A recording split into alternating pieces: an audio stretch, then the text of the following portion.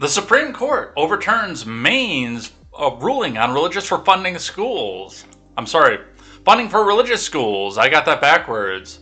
And, of course, all of Twitter became a mess about this. However, NBC maybe came out on the side of religious freedom. So we'll talk just a bit about what happened there and what's going on with that. Ron Johnson allegedly tried to hand a fake elector info to Mike Pence on January 6th. And I'll tell you why I don't believe that. As The Blaze tells us that the pollsters really are telling us that nothing is really changing for people on January 6th. So we'll talk just a bit about what's happening with that and where this goes. The Senate has reached a bipartisan compromise on gun violence. That's right, 14 Republicans, and I say that term loosely, senators have voted to disarm you. So we'll talk just a bit about what's going on with that. And speaking of foreign countries and the title part of this, Attorney General Garland and Ben Stiller can both manage to find safe places to take photo ops in war-torn Ukraine. Because this is happening exactly as they present it to you. Don't worry, guys. Don't ever question it. It is going to be all this and more with 50 tabs across the top over on Contemporary. Welcome to midterm season. I am Jay Edgar, and this is Contemporary.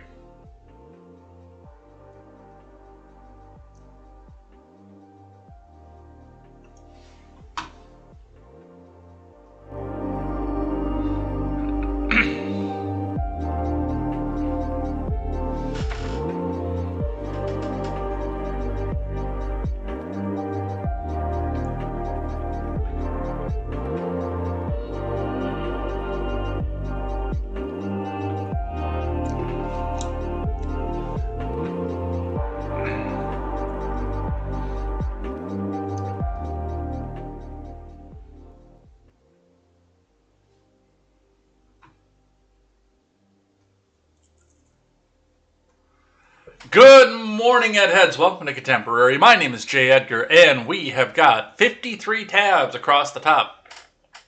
Now, we're going to try to get across. We're probably not going to do it, but we're going to try. We're going to make the definite effort for this here. Now, some of this is backup articles that I have because the archiver was not being friendly today, so that is one thing to keep in mind. And by the way, the Fox Business article that I had on the gas tax is still trying to archive, so we will probably take that as a loss. It's tried to archive 3 times now, and it just still won't do it, so we'll probably take that as a loss, but we did get some of the rest of them on here, so we'll see what happens and where this goes. And yeah, like I say, there's a lot. So the live chat up here, let's see what you guys are saying here. And let's get started over here on Contemporary. But before we do, make sure you guys go and check out the great programming from Turns of Pages Productions. And I am talking about the Daily Ignoramus, which is off throughout the midweek today, so do keep that in mind. Also, the Porch Boys, the R-Rated Conservative, and the Breakdown with Birkenhoff. I almost said the Freckles and Brit Show. That's been defunct for, what, 6 months? I have no idea, but it's been away for a while. But go check out all that great programming. They're all great people. They're all great friends to liberty. And you probably see a lot of them over on Twitter trying to fight the good fight as best they can, while they're over there convincing and reminding people that, no, the government does not have your best interests at heart. And we'll talk just a bit about that. Let's get into it, though, because we have got a lot. And we are going to start, as usual, with the finance. The Dow was up yesterday, but it seems to be only temporary. The Dow rising to 30,530.25, rising 600 points throughout the day yesterday.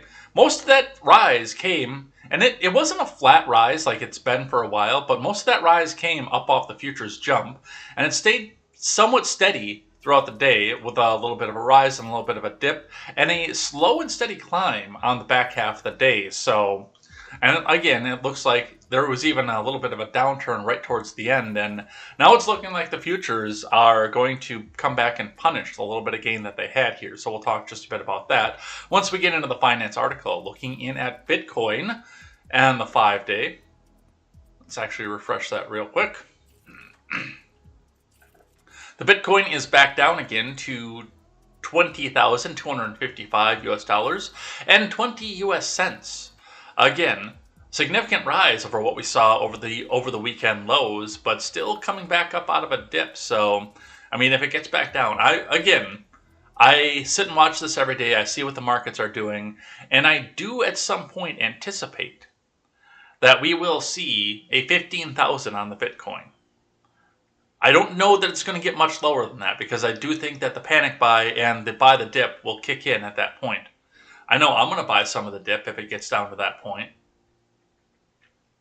because I know it's got the potential for 100K.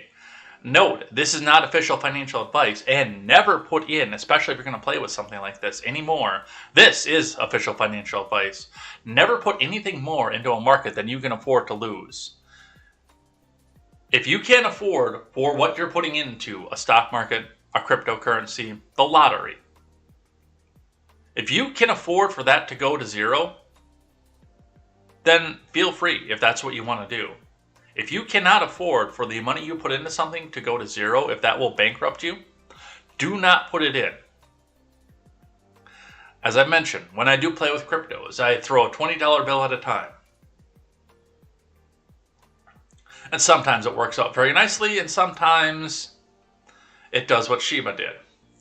But yeah, never ever put in anything more than you can afford not to see for a little while. But that's what we see coming off your Bitcoin.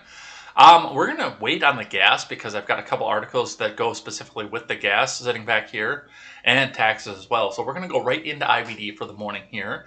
Dow futures fall after market rallies. Here comes Fed Chief Powell from Ed Carson. Dow futures fell sharply early Wednesday along with the S&P and the NASDAQ with recession fears rising with Fed Chief Jerome Powell set to testify before Congress on Wednesday morning. Never mind. I just realized I didn't set anything up for something I'm thankful for, but I bet you I'll figure something out throughout the show here. The market rally attempt had a strong session Tuesday, but it's still a rally attempt within a bear market. Cheniere Energy, ExxonMobil, Eli Lilly, Dollar General, Tesla, and their rival Li Auto, United Health, and Northrop Grumman showed strong positive action with relative strength. Surprise, surprise, they're still trying to cram coronavirus down your throat.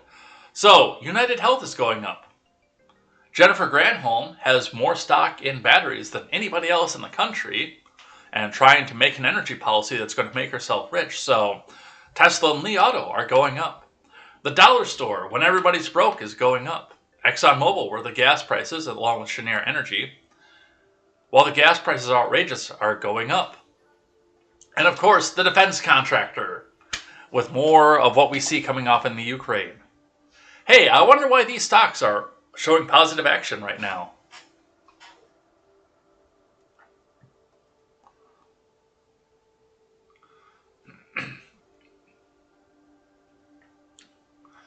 But few quality stocks are in position right now. That's just one of the many reasons to remain on the sidelines. While a rally attempt is underway, it's not a confirmed uptrend yet.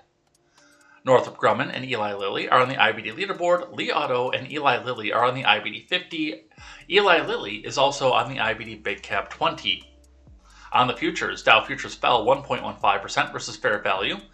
The S&P lost 1.4%, which, by the way, for both of those, that is half of what they gained yesterday, already gone, before the markets open.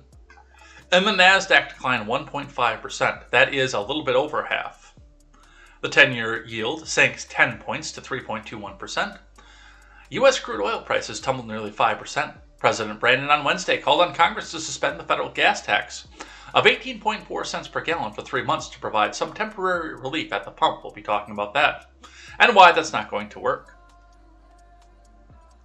Copper prices sank more than 3% to a 15-month low amid a strong dollar and weaker economic growth.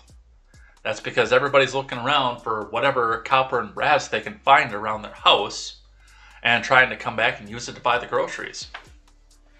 Take it to the recycling center and use it. And remember, overnight action in Dow futures and elsewhere doesn't necessarily translate into actual trading in the next regular stock market session. And Powell will be going to testify on monetary policy tomorrow, so we'll be talking about that a little bit more in detail then. But that's our short, brief stint into IBD. Let's look at what happened yesterday from Yahoo Finance. Stocks rebound. S&P 500 posts best day in 3 weeks. Dow gains 643 points or 2.2% and lost over half of it instantly before the markets open. U.S. stocks rose Tuesday as traders returned from a long weekend, with equities recouping some losses following the S&P 500's worst week since March of 2020. The S&P advanced by 2.45% in its best day in 3 weeks, ending at 3764.84 and recovering some declines after plunging by 5.8% last week. The Nasdaq Composite gained 2.5% to end at 11,069.30, and the Dow added more than 643 points, or 2.2%, to end at 30,531.77, and posts its best single-day gain since May 4th. Bitcoin rose back above 21,000 after a cryptocurrency rout briefly sent prices below 18,000 for the first time since December of 2020 over the weekend. Treasury yields climbed, with the benchmark 10-year yield increasing to nearly 3.3%, and U.S. crude oil prices rose by 1.5% to top $111 per barrel. Tuesday's early recovery rally across risk assets came as at least brief respite amid weeks of heavy selling. The S&P sank into its first bear market since the height of the pandemic last week, and the sell-off ramped even further after the Federal Reserve unleashed a larger-than-typical 75 basis point interest rate hike and signaled it would be willing to tighten further, and at the expense of some economic growth, to bring down rampant inflationary pressures. So that's what happened yesterday, and, again, I don't buy it. It's already looking like, the futures are hurting hard. The markets will be opening in 6 minutes. We'll see what happens with that. Let's look at the gas and then a little bit of taxation news that I've got to share with you here. Looking at the gas, Shell in Lodi is down to $4.58. So we are seeing some reprieve at the pump. Some. Now, Lodi is an outlier. That is far outside of the Madison area. Do keep that in mind. But into the Madison area, we're continuing to see steady 460s and 464s. Not a lot of in between. And yes, of course, as I've mentioned before, down here it's about 10 cents more per gallon. Maybe 15 cents if we're in town here. But if we go down into the city, it's 10 cents more than it is in the Madison area. But still, starting to see some of that reprieve coming back up here. So what'll happen with that? We'll continue to watch and see where that goes. Let's talk about the gas tax. From CBS, Biden calls for 3-month federal gas tax holiday. No author given. President Biden called on Congress Wednesday to suspend federal gasoline and diesel taxes for 3 months, a move meant to ease financial pressures at the pump that also reveals the political toxicity of high gas prices in an election year. Yeah, that's literally we're bringing back the gas prices down. Vote for me, man. Come on, man. What? No questions. The Democrat president's also calling on states to suspend their own gas taxes or provide similar relief, the White House said. In announcing the move, the White House says, the price of gas is up dramatically around the world, and by almost $2 a gallon in America since Putin. It's all Putin, man. Come on, man. At issue is the 18.4 cents a gallon federal gas tax and the 24.4% cents a gallon federal tax on diesel. If the gas savings were fully passed on to consumers, people would save roughly 3.6% at the pump, with prices averaging about $5 a gallon nationwide. But many economists and lawmakers from both parties view the idea of a gas tax holiday with skepticism. I mean, if you got rid of it entirely and just didn't bring it back, that would be something different entirely. Barack, during the 2008 presidential campaign, called the idea, it's a gimmick. That's all it is. Just a gimmick. That's it. That's all. That allowed politicians to say they did something. He also warned that oil companies could offset the tax relief by increasing their prices. Yep. It's the oil companies. High gas prices pose a fundamental threat to Mr. Biden's electoral and policy ambitions. They've caused confidence in the economy to slump to lows that bode poorly for defending Democrat control of the House and the Senate in November. His past efforts to cut gas prices, including the release of oil from the U.S. Strategic Reserve and greater ethanol blending this summer, have done little to produce savings at the pump. a risk that carries over to the idea of a gas tax holiday. Mr. Biden has acknowledged how gas prices have been a drain on public enthusiasm when he is trying to convince the people the U.S. can still pivot to a clean energy future. In an interview with the Associated Press last week, he described a country already nursing psychological scars from the coronavirus pandemic that is now worried about how to afford gas, food, and other essentials. If you notice, until gas prices started going up, Mr. Biden said, things were much more. They were much more optimistic. Right. But you see, the problem is, Mr. President, gas prices started going up almost immediately after you took office.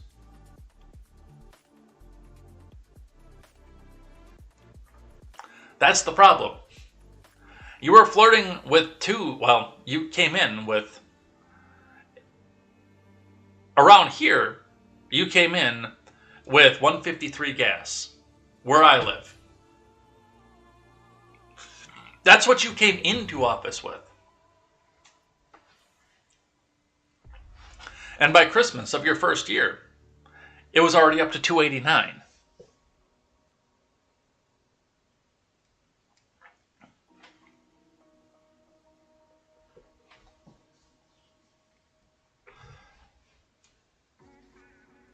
The president can do remarkably little to fix prices that are set by global markets. Profit-driven companies, the oil companies right there, consumer demand and aftershocks from the invasion of Ukraine and the embargoes that followed. The underlying problem is a shortage of oil and refineries that produce gas, a challenge a tax holiday cannot necessarily fix.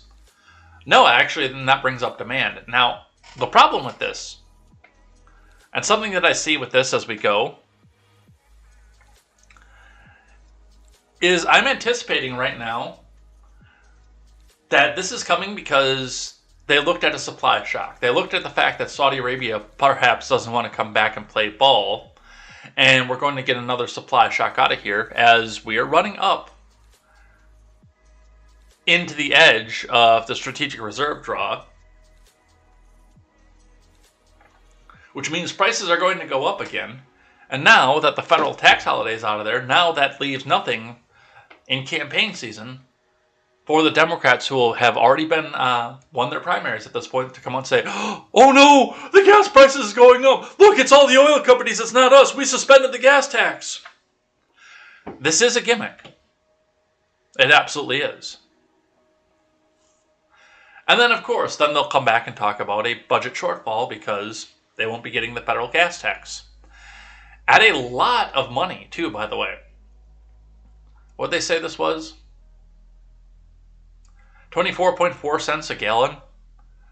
How many trucks do you see on? Well, actually, where I'm starting to see a lot fewer and fewer heavy trucks on the road. But for all the trucks you see on the road, most of them have 250 to 500 gallons per tank. And that usually gets them a week to a week and a half.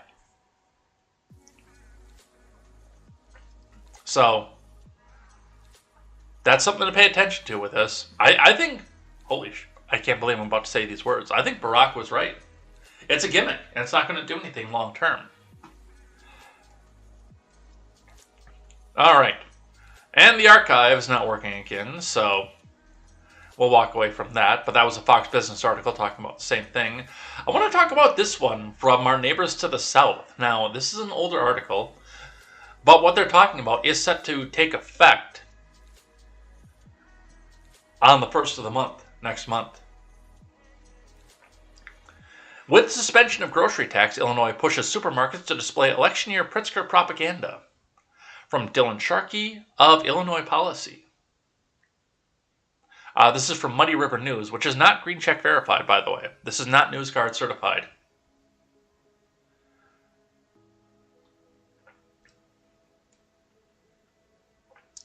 The new budget for fiscal year 2023 includes J.B. Pritzker's election year suspension of the 1% grocery tax, but a few months after the governor's inauguration, it will be back.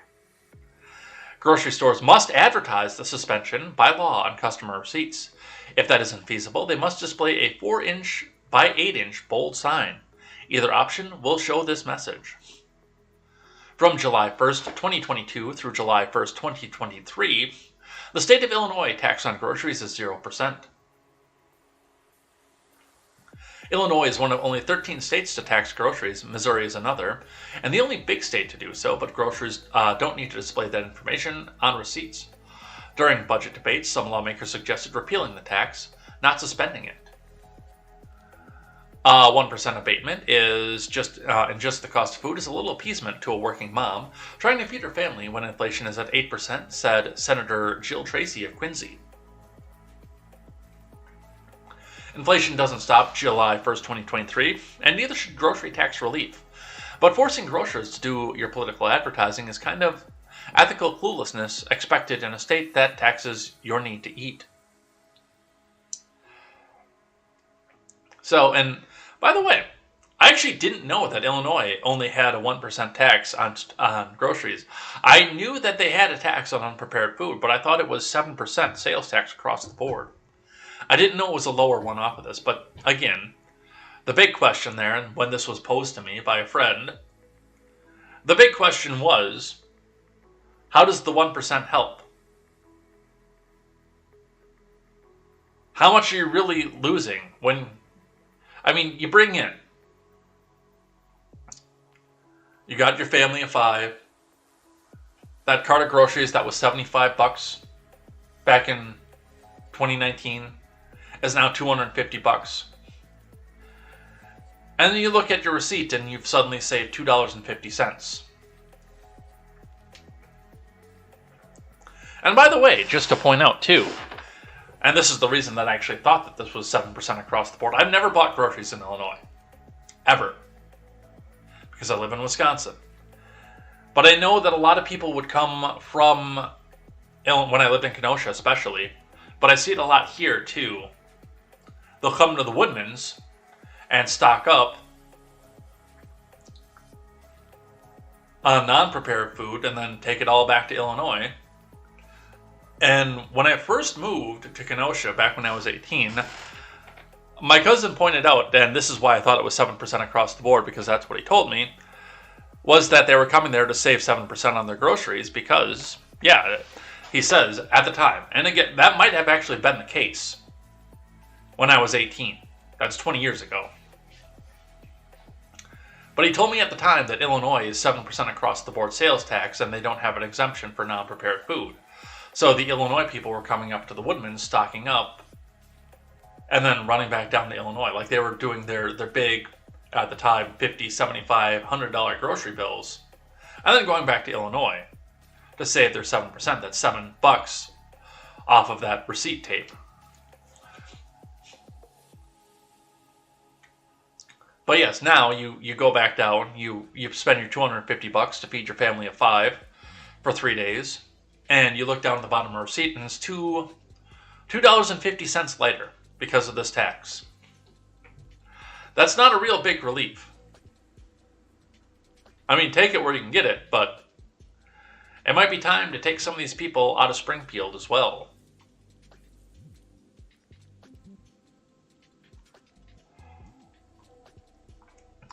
This is the PDF for what's happening here. Illinois Department of Revenue, informational. Grocery tax suspension from July 1st, 2022 through June 30th, 2023 to all retailers registered in Illinois. Public Act 102-0700 suspends the state's 1% low rate of sales and use tax on retail sales of groceries, normally taxed at this rate from July 1st to June 30th. So we understand how 1% tax works. So, are there any sales and use tax notification requirements for retailers? Retailers, to the extent feasible, shall include the following statement on any cash, register, tape, receipt, invoice, or sales ticket issued to customers from July 1st, 2022 through June 30th, 2023. The state of Illinois sales tax on groceries is 0% if it is not feasible for the retailer to include the statement on any cash, register, tape, receipt, invoice, or sales ticket issued to customers. Then the retailer shall post the statement on a sign that's clearly visible to customers. The sign shall be no smaller than 4x8. A printable sign will be available on our website, tax.illinois.gov.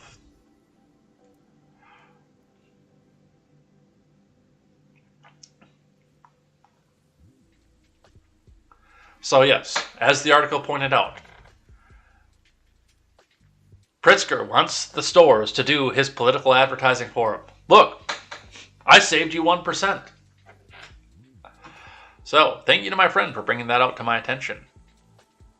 Alright, before we get started, I do want to share a little bit of Biden news here. So, and now that we've got some people in here, the Real Mac Report just tags this as creepy AF. Let's watch. The president, honey! Dude, that little girl is not having it. Holy shit. Look at her just there.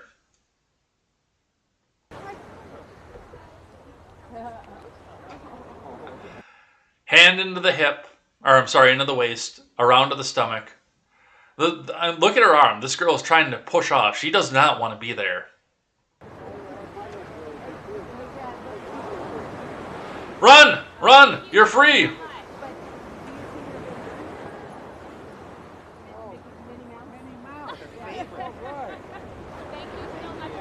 Look at her.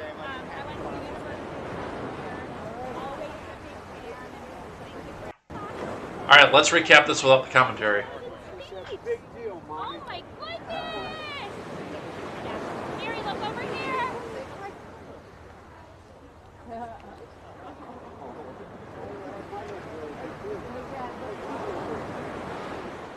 Thank you so much.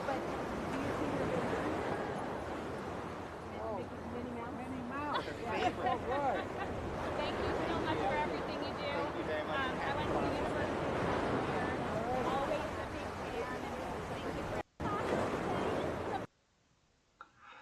Yeah, that kid was not having any of that. And who can blame her? I mean, she might get sniffed.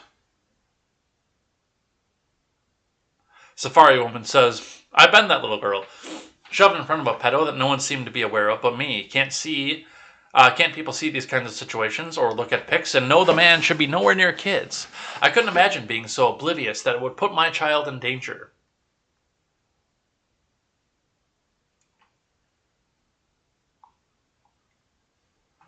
Alright, let's keep going.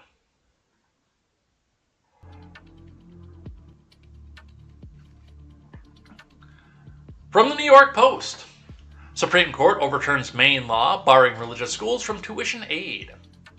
From Kelly Pattison and Caleb Bamberger. Man, oh Friday, did this make the entire world go nuts yesterday. Man, I can't even begin to tell you how... I just about said a word that I shouldn't say if I'm trying to compete with the AM radio. How mad this made people. The Supreme Court overturned a Maine law Tuesday that blocked religious schools from receiving state tuition assistance allocated for private institutions, claiming it penalizes the free exercise of religion in the state. How?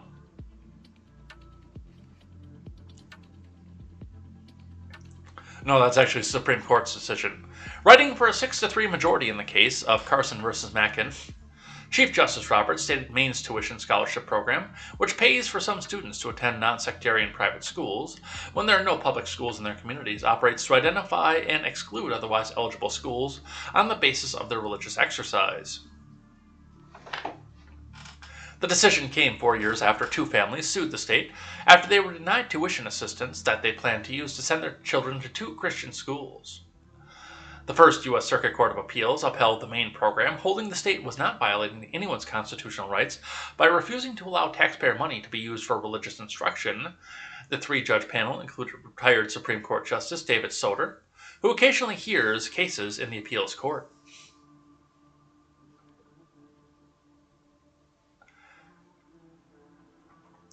The most immediate effect of the ruling beyond Maine will be in Vermont, which has a similar program. But the decision could fuel a renewed push for school choice programs in some of the 18 states that have so far not directed taxpayer money to private religious education. I expect that religious groups in rural states will lobby legislators to implement similar tuition assistance programs that already exist in Vermont and Maine, said Samuel Abrams, director at the National Center for Study of Privatization in Education at Columbia University Teachers College.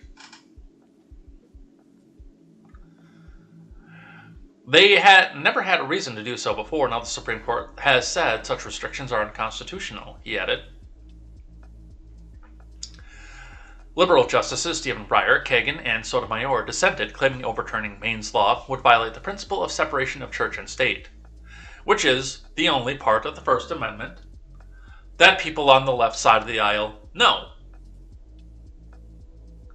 Maine wishes to provide children within the state with secular public education.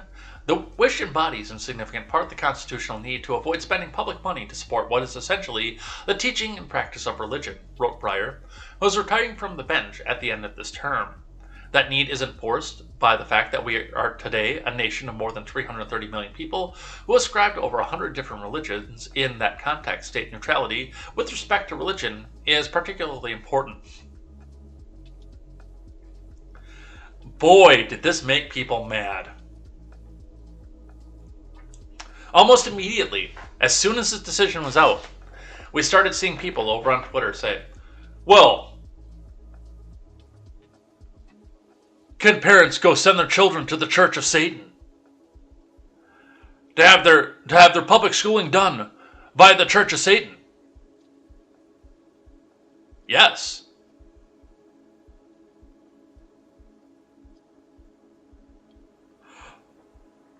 I'm going to start a school of follow the science and bodily autonomy, and firearms are bad. I'm going to start a religion based on that, and I'm going to start a religious school on this so I can get some taxpayer money.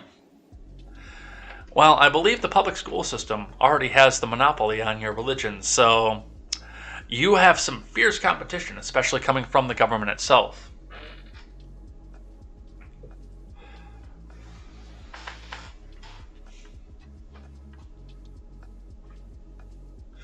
The Religion Clause gives Maine the right to honor that neutrality by choosing not to fund religious schools as part of the public school tuition program, Breyer continued.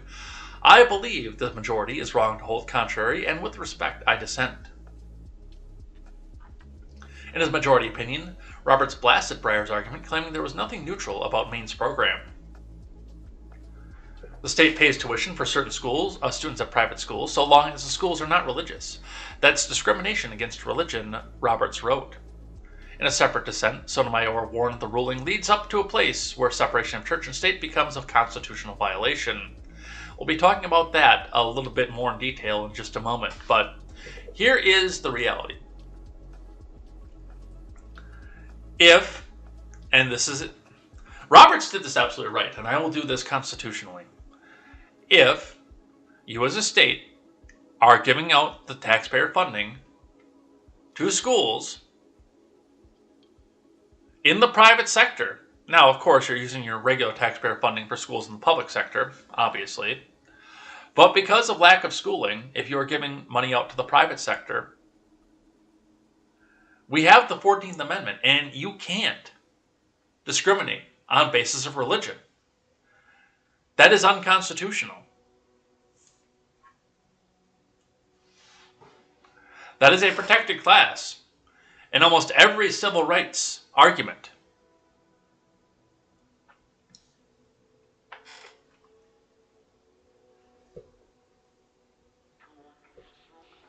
Now, of course, with me, most of you know I'd like to end public funding for all schooling, privatize everything out of it, get the government out of it. But even there, I know I got into an argument with somebody who was very, very charming yesterday, who came in seeking a fight and looking for a fight, and I mocked his religion. I think that's what made him so mad. I made fun of his religion of government worship, and I had said, I offered to have Quest Fanning talk to him about homeschool, but he was so much in a rage by the end of all of that, I don't think it would have moved him anywhere on any of this. But what I did say is, there's got to be some middle ground between no education for poor people and a self-perpetuating cycle of religious indoctrination to worship of the government. There's got to be some middle ground here. A public school, they're publicly funded, they're government funded. So there is a conflict of interest there, especially given the fact that, yes, most of these schools do now teach people, like the good doctor, to worship the government as their god. There's got to be somewhere in between no education and that. Let's grab one from NBC. NBC is actually saying the Supreme Court got it right on this, which is surprising. Why the Supreme Court got it right in Maine voucher case, from Ilya Somin, professor of law at George Mason. On Tuesday, the Supreme Court struck down a Maine law that excluded most religious private schools from a voucher program that's in place to similar schools. The 6-3 decision in Carson versus Macon is an important victory for the constitutional principle that the government may not discriminate on the basis of religion. It may also help open up valuable opportunities for parents and students, particularly the disadvantaged. In 2020, the Supreme Court ruled in Espinoza versus Montana, the Department of Revenue, that a state-run voucher program may not exclude religious schools simply because of their status as a religious institution. As Chief Justice John Roberts reiterated in his opinion for the court on Tuesday, the state may not withhold otherwise available public benefits from religious organizations or simply because they are religious. Roberts also noted that discrimination on the basis of religion presumptively violates the clause of protecting the free exercise of religion in the First Amendment and can only pass judicial scrutiny, i.e. be deemed constitutional if it advances interests of the highest order and is narrowly tailored to pursuit of those interests. For example, it would be unconstitutional for the state to give welfare benefits to Christians while denying them to otherwise eligible secularists. While the state can choose not to establish welfare programs in the first place, it does establish them. The beneficiaries can't be discriminated against based on religion. The same logic applies to tuition vouchers. Until now, the state of Maine has subsidized the cost of private schools, providing the equivalent of secular public schools curriculum for the roughly 5,000 children who live in districts. School administrative units in Maine parlance too sparsely populated to support their own public school. However, Maine refuses to subsidize attendance at private schools with religious curriculum in these areas, even if they have otherwise met all applicable state laws. So yes, and again, they absolutely got it right on this one. They knocked it right out of the park on this one. I don't say good things about the Supreme Court very often because they should not be deciding anything that has to do with your personal advances. It should be for disputes between the states only, and this should all be in the local court. But insofar as we have to use the Supreme Court, they got this one right.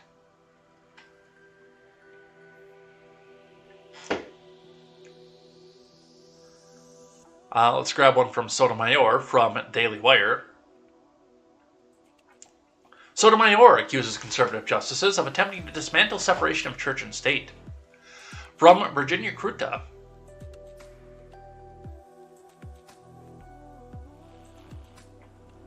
Sonia Sotomayor accused the conservative members of the court of working to dismantle the wall of separation between church and state in a blistering dissent released on Tuesday.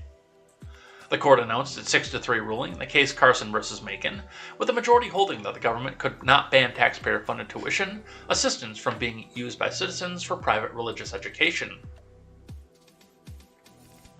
School choice advocate Corey DeAngelis tweeted the news, saying U.S. Supreme Court just ruled in a 6-3 decision that preventing school choice families from taking their children's taxpayer-funded education dollars to religious private schools violates the free exercise clause of the First Amendment.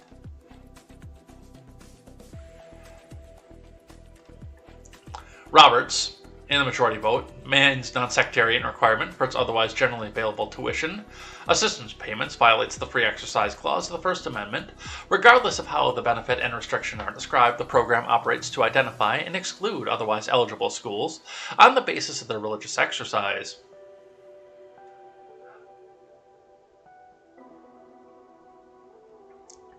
This court continued to dismantle the wall of separation between church and state that the framers fought to build, Sotomayor wrote in her dissent. In just a few years, the court has upended constitutional doctrine, shifting from a rule that permits states to decline to fund religious organizations to one that requires states in many circumstances to subsidize religious indoctrination with taxpayer dollars. They're already subsidizing religious indoctrination with taxpayer dollars. It's just the fact that the indoctrination includes the worship of you.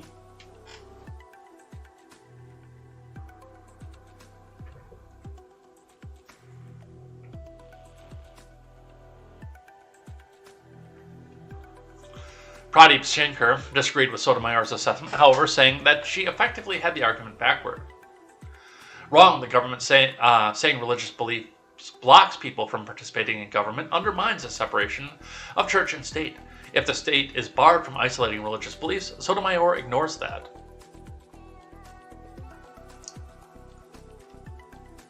So, that's what Justice Sotomayor has to say.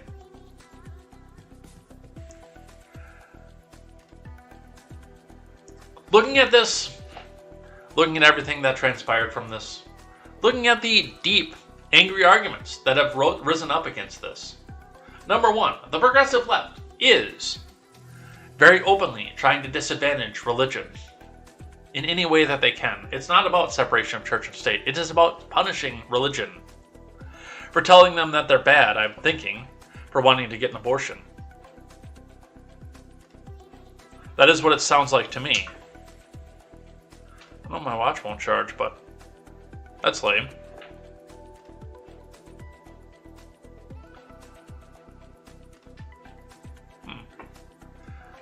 We'll have to figure that out. But that's what we see coming off of that.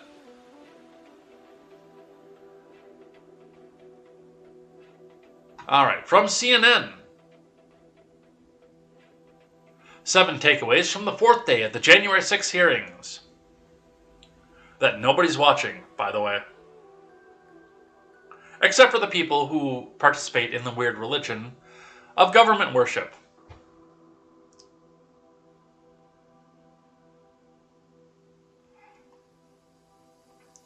The latest hearing before the House Select Committee investigating the January 6th Selfie Fest revealed new details Tuesday about how former President Trump pressured state officials to help him overturn the 2020 presidential election. The panel featured testimony from 3 Republican officials who were deeply scripted and have been possibly promised some taxpayer money or a bribe to come back out and do this, who were on the receiving end of Trump's outreach after the election.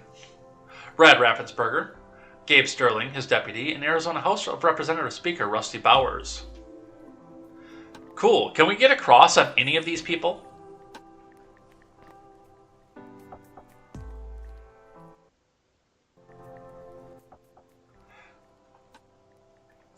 I would be willing to bet anything that any of these testimonies would fall apart under the mildest, the briefest of pushback.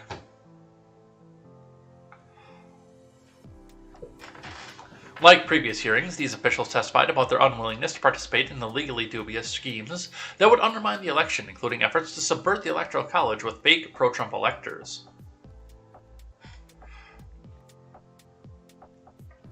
Here are key takeaways from Tuesday's hearing. Well, before we do that, let's go listen to Rudy for just a moment. Actually, I don't want to do Rudy. We're going to listen to Raffensperger because he's actually... This pressure campaign against state and local...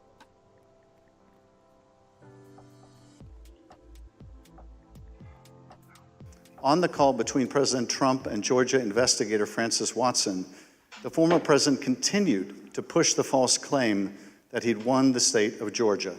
Let's listen to that part of the conversation.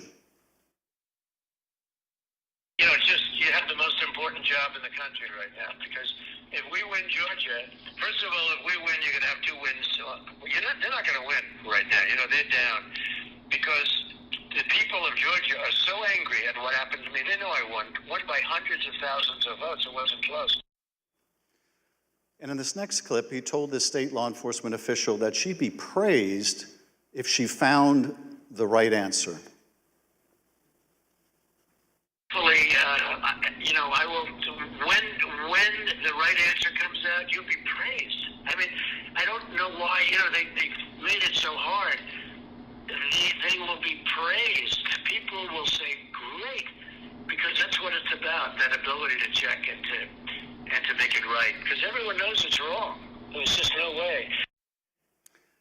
Mr. Raffensperger, I know you weren't on this call, but that you have listened to it. President Trump didn't win by hundreds of thousands of votes in Georgia, did he? No, he did not. I've been traveling through the state of Georgia for a year now, and simply put, in a nutshell, what happened in fall of 2020 is that 28,000 Georgians skipped the presidential race, and yet they voted down ballot in other races. And the Republican congressman ended up getting 33,000 more votes than President Trump, and that's why President Trump came up short.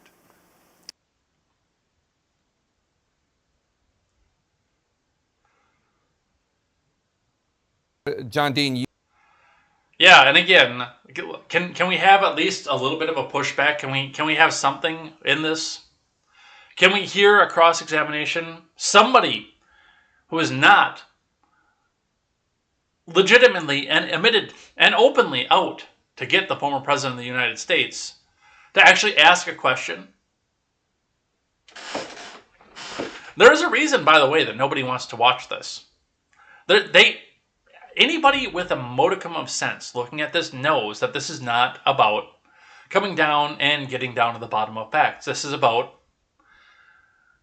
a party who is desperate to stay in power right now, a monoparty, I should say, that's desperate to stay in power, that's desperate to not be usurped by the people for the people,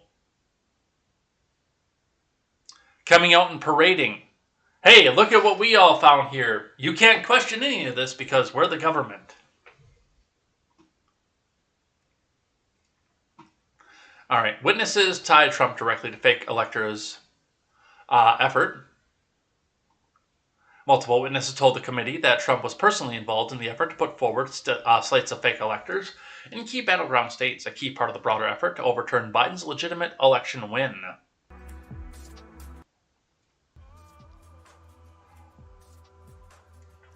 CNN has previously reported on the role that key Trump allies, including his former attorney, Giuliani, played in overseeing the effort, but witnesses revealed new details on Tuesday about the former president himself was not only aware of the push, but seemingly endorsed it. Ronna McDaniel, chairwoman of the Republican National Committee, testified that she received a call from Trump and conservative lawyer John Eastman after the election about helping to assemble the electors. In this effort, what did the president say when he called you? An investigator with the committee asked McDaniel, according to the video of her testimony played during the hearing. Essentially, he turned the call over to Mr. Eastman, who then proceeded to talk about the importance of the RNC helping the campaign to gather these contingent electors in case any of the legal challenges that were ongoing changed the result of any states. McDaniel responded, I think just helping them reach out and assemble them, but my understanding is the campaign did take the lead, and we were helping them in that role, she added.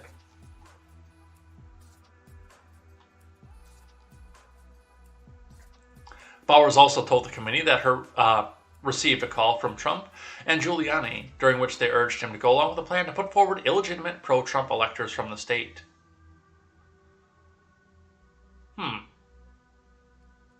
So, they're trying to tell me that Trump himself made a list of electors and tried to force them onto Pence to get out there.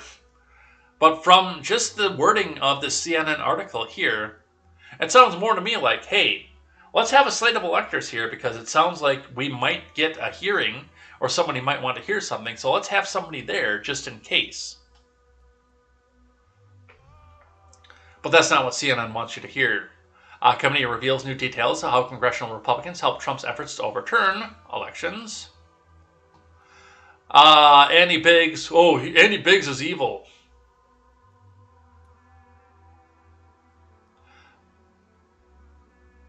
So, it's congressional Republicans. Oh, and then they've got Ron Johnson. Ron Johnson of Wisconsin asked in aid to Pence how Johnson could hand-deliver the fake slates of Trump electors from Michigan and Wisconsin, which had not been sent to the National Archives. Pence's aide responded that Johnson should not give that to him.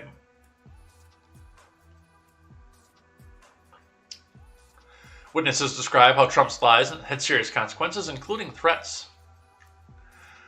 The committee's hearing underscored how the lies about the election spread by Trump and his team spiraled into multifaceted disasters for the state officials forced to grapple with them.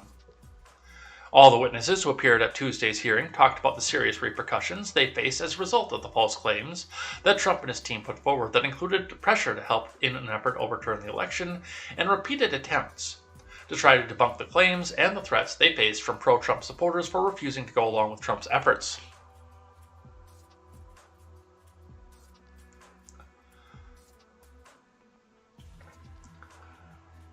Republican, quote, quote, quote, quote, air quote, officials take the lead in testifying against Trump. Oh, guys, hurry, quick. They told us that the ratings say that we're only hearing from Democrat people. Quick, get Republicans up there.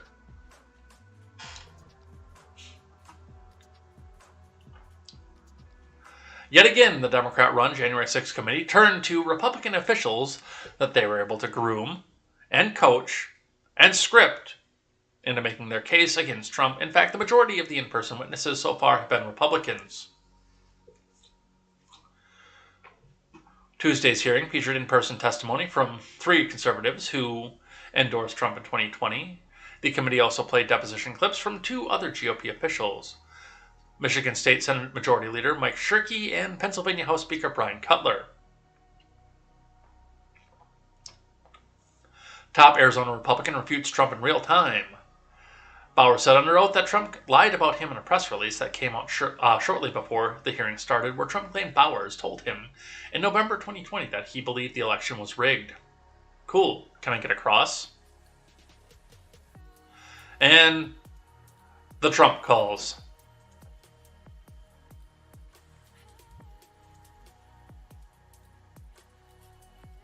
So that's what they have to say with that.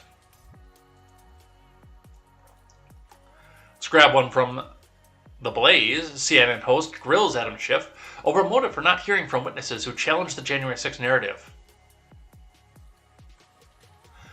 Dana Bash grilled Rep. Adam Schiff on Sunday over why the House January 6th committee is not hearing from witnesses who counter the committee narrative about the U.S. Capitol selfie fest and former President Trump.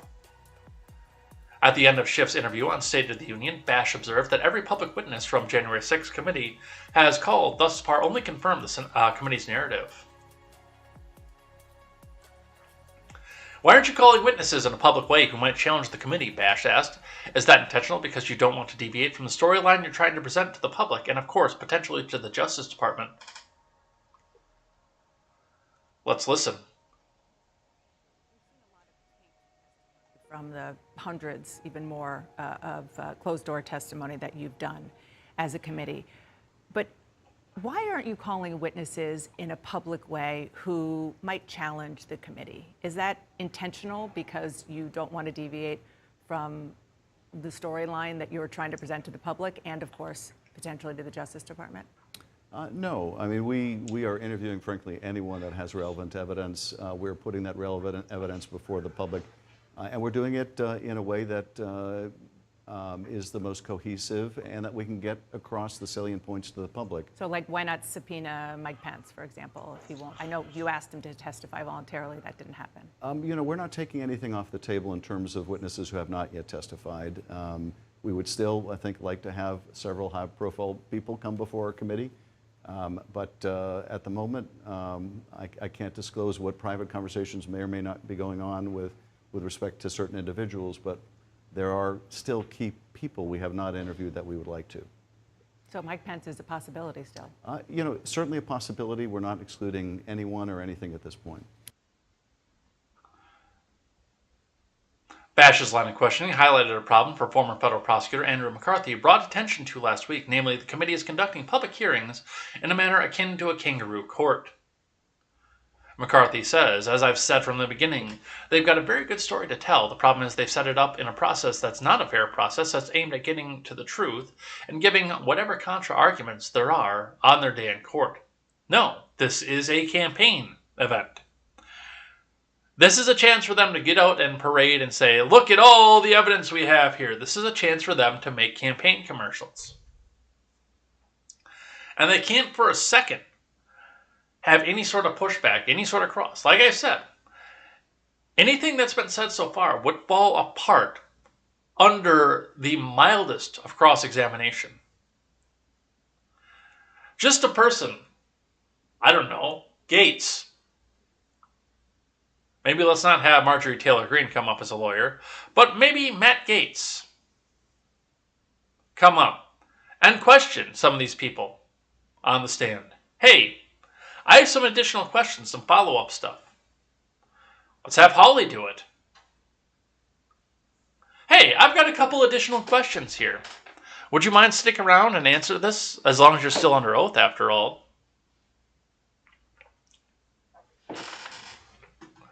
And as a result, it's more likely messaging than it is like a real investigation. And if you tried this in court, I could have been very impressive in court if there was no defense lawyers, like the government put on its own case, own witnesses, own exhibits, and then no cross-examination and no defense. I'd have been 1,000-0. Exactly. And you know what else? Because I know that CNN loves its ratings and they love coming out here. If there'd be if there'd be witnesses who were not friendly to the narrative coming up here, if there'd be at least a little bit pushback to the narrative. I hate to say it, but I bet you people would be glued to their TV every single time one of these things came up.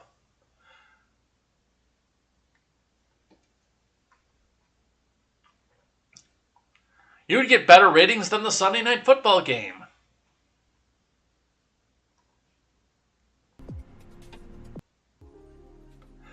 But it doesn't fit the narrative.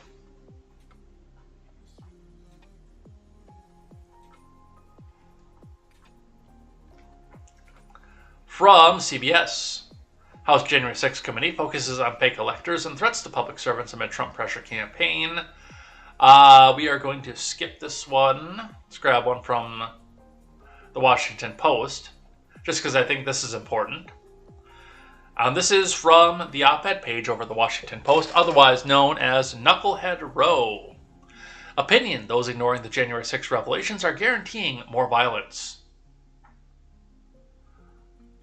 Left wing in this country, what are you planning? What are you planning to do, and how are you planning to frame it to make it look like, oh, it's the enemies that are doing it? From Dana Milbank. I'm going to tell you, with something like this out here, with a headline like this, if you're in a live chat like this one, if you're watching Matt and Blonde, if you're in a Discord server, and somebody who recently just came in says, the January 6th committee is committing a farce. We should go outside there and protest. Let's go protest outside of Congress for the January 6th committee. It is a trap. They're trying to make another January 6th.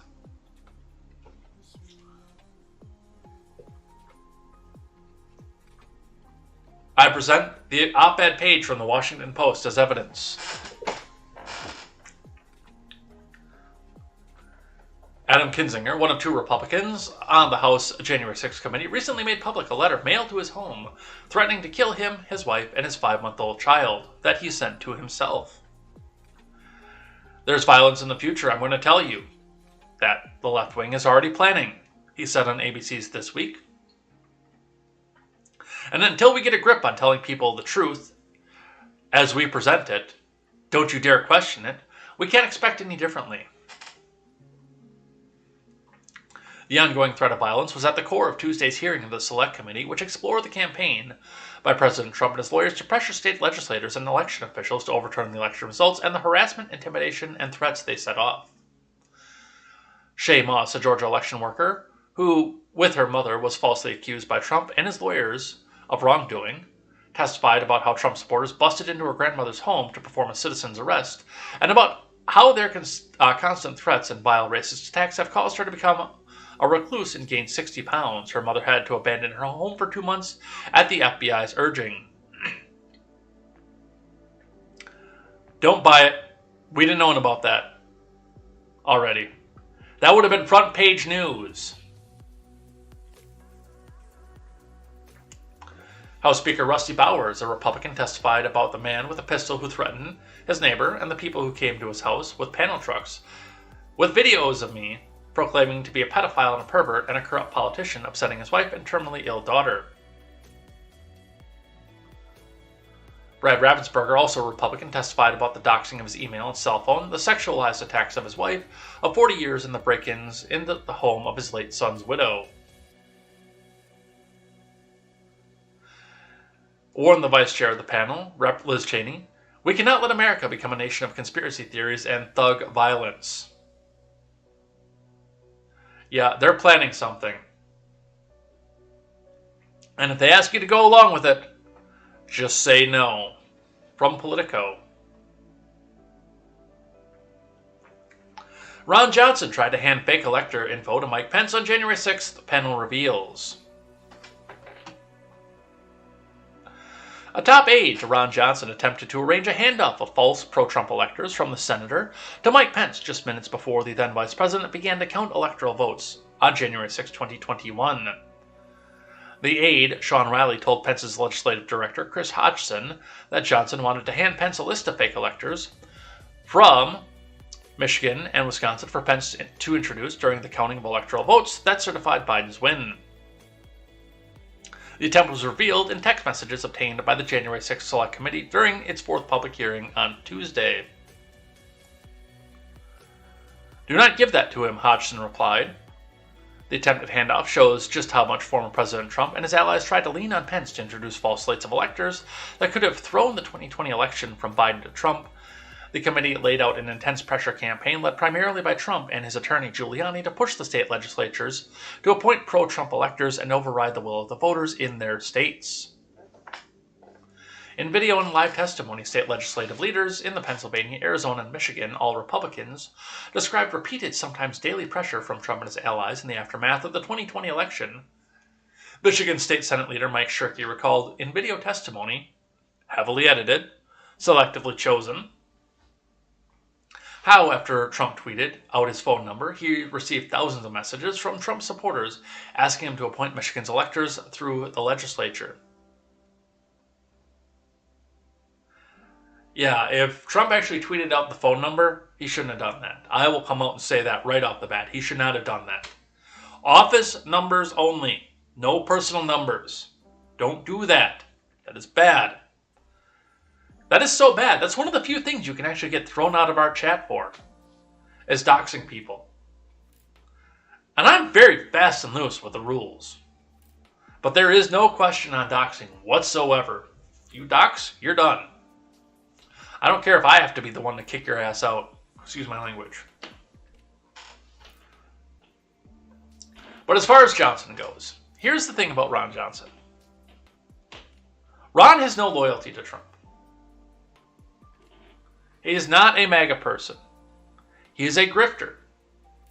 He goes to whatever part of the Republican Party is going to keep him in the most favor with the most Republicans. Ron Johnson in 2010 was right on board with former President Bush and his neocon rally of people whose big dream was to install puppet governments into every country in the Middle East that has oil, and do so by slaughtering all of the children in that. Ron Johnson is an evil man. If he ever had any serious intent to keep Trump elected, Mike Pence would have seen right through it, because he is the exact same kind of Republican as conversion therapy Pence. Bomb the brown kids Pence.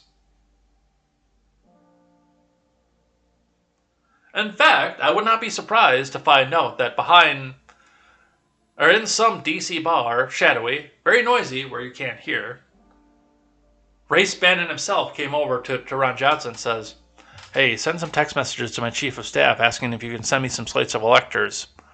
We got to make it look good. Don't worry. You'll have a position at Fox News after all this is done."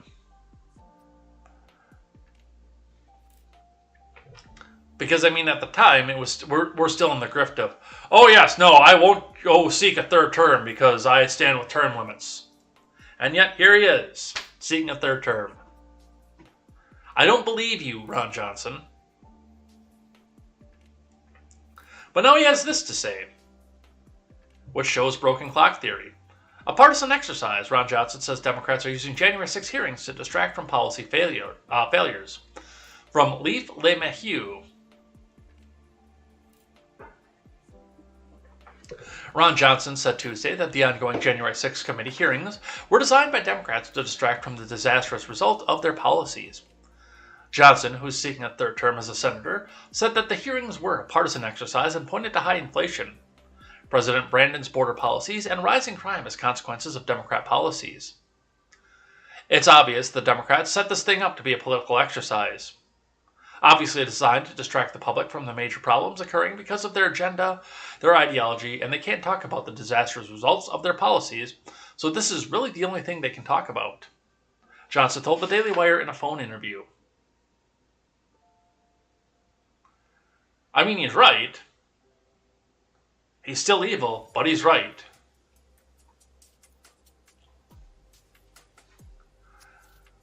However, unfortunately, from the Blaze, pollster deflates Dem hopes that January 6 hearings will persuade voters, not doing the damage to Republican Party the Dems wanted.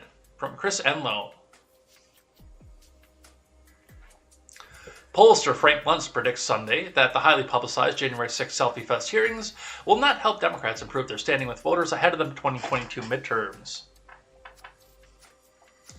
Luntz explained on Fox News Media Buzz why Democrats will not benefit from the hearings. First, voters are not being persuaded to support Democrats because of the one-sided nature of the hearings. The House January 6 committee, in fact, has not called a single witness who counters the committee's narrative to testify publicly. The committee has not a single member who supports the former president. You should have had counter-testimony or a cross-examination. You should have people challenging those witnesses, Luntz said. But the conclusion that some people have come to is this is simply the third attempt to impeach Donald Trump. You know, I haven't said those words, but they fit. They fit perfectly onto this. This is the third attempt to impeach the Donald. Second, voters simply care more about important issues. Make no mistake, this will have an impact on Trump's candidacy, should he run, Luntz said. But also make no mistake, voters care much more about the crime, immigration, and of course, inflation. This has simply not risen to the importance the Democrats thought it would. And it's not doing the damage to the Republican Party that the Democrats thought it would, he declared. No, it's not. Nobody cares about this thing. Nobody cares about parading a bunch of people who say Orange Man bad out in front of the American people a year and a half later.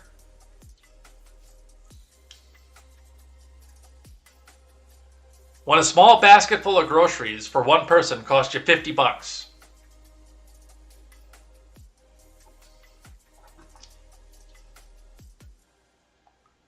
All right. We got to get to this gun stuff, so we got to stay on topic here. Let's grab one from NPR. A Missouri Senate candidate holds a shotgun and calls for rhino hunting in a new ad. And this is from Becky Sullivan. And don't forget, NPR needs to tell you how Eric Greeton is bad. They need to tell you how communism is good. So make sure you hit that donate button and let NPR know that you support them telling you that everything that a Republican does is bad. Because it's not your money, comrade, it's our money. NPR, Never Printing Reality, National Progressive Radio. Let's see what they have to say.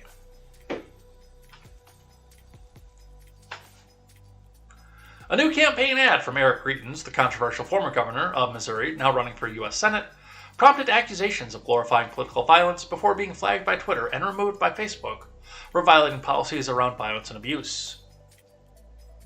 Today we're going rhino hunting, Greitens, a Republican, said with a smile as he slid the action on a shotgun in the 38-second ad. Rhino stands for Republican in name only. Greitens and a team of men outfitted in military gear are then shown bursting into a home, guns raised. The rhino feeds on corruption and is marked by stripes of cowardice, said Greetings. Get a rhino hunting permit. There's no bagging limit, no tagging limit, and it doesn't expire until we save our country. I gave this a lot of thought overnight. I am not going to play this video. Simply put, it is Susan bait. I really thought about, let's do it again and let's not care. But no, I'm not going to do it. It was a really tough decision, but it's Susan bait.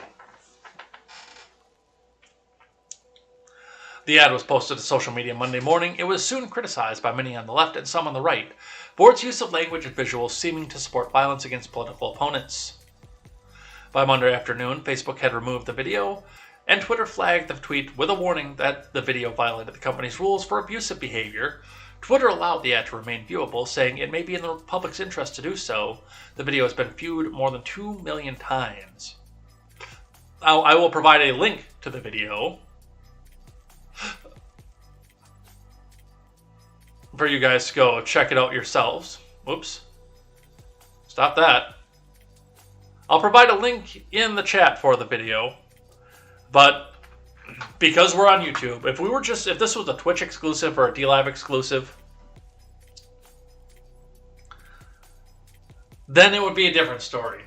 But because this is YouTube, yeah, we're gonna hold off on that one. But the messaging is still the same off of this. Now, as far as Greeting goes, I think this was in bad taste. And I'm going to tell you why. Number one, everything in this was absolutely good. And, it's a play on word of the word rhino. We're going out, we're hunting the rhinos. Do you want to go hunt a nearly endangered species? Let's go hunt the rhino. The idea and the hunting metaphor for people who are probably supportive of hunting for Greetings was a good idea. The execution is where I say this was probably in bad taste. The idea was fantastic. Not so much an execution.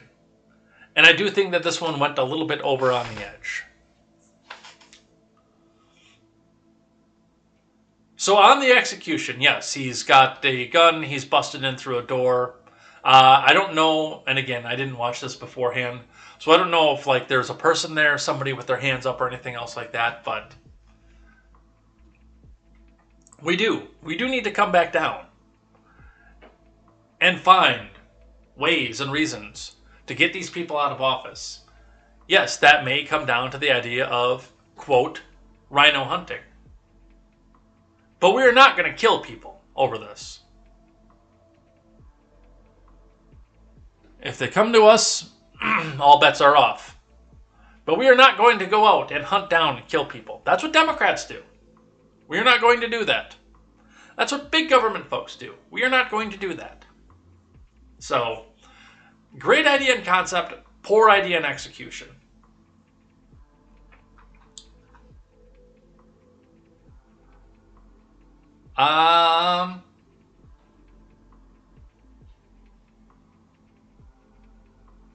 Do I want to do this? This may be a yes or a no. I'm not sure. There's another Senate race on everyone's mind today. Missouri's disgraced ex-governor and current Senate candidate Eric Greitens released a new social media ad today.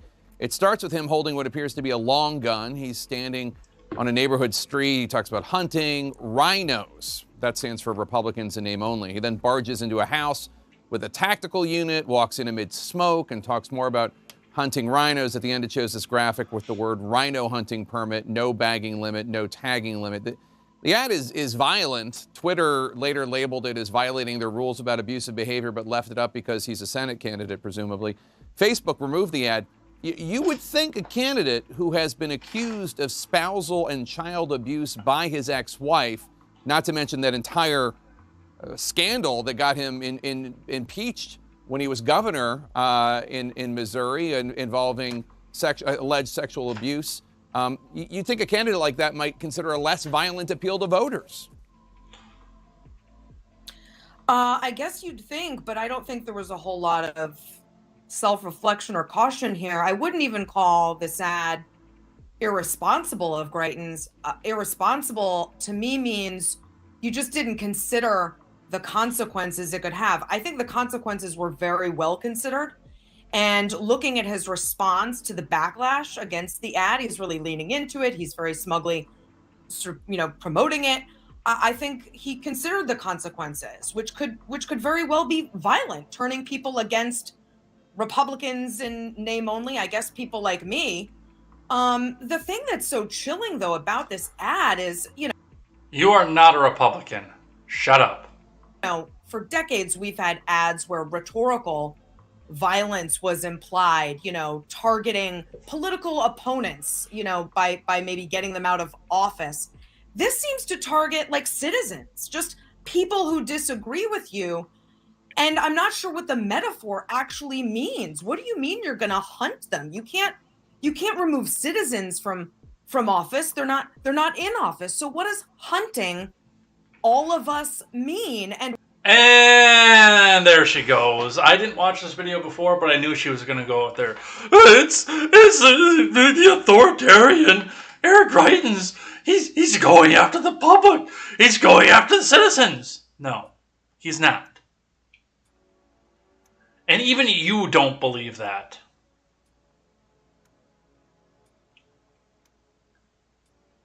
Even you don't believe that, SE Cup. It is about removing the people, like the Liz Cheneys, the Mitt Romneys, from office. So, there you go. That's what the left wants you to think about that. Uvalde parents, community members call for chief's resignation at emotional school board meeting. From Tanya Simpson, Laura Romero, and Olivia Osteen. The parents of victims of the Robb Elementary School shooting and other members of the community call for the resignation of embattled school district police chief Pete Arredondo at an emotional meeting of the Uvalde, Texas School Board Monday night. The board's monthly meeting came nearly a month after the attack that took the lives of 19 students and 2 teachers. Having Pete still employed, knowing he's incapable of decision-making that saves lives is terrifying, said Brett Cross, the uncle of student Uzziah Garcia, who died in the shooting. Innocence doesn't hide. Innocence doesn't change its story, but innocence did die on May 24th. And this is important too, and good, by the way. Get rid of him. Get rid of him.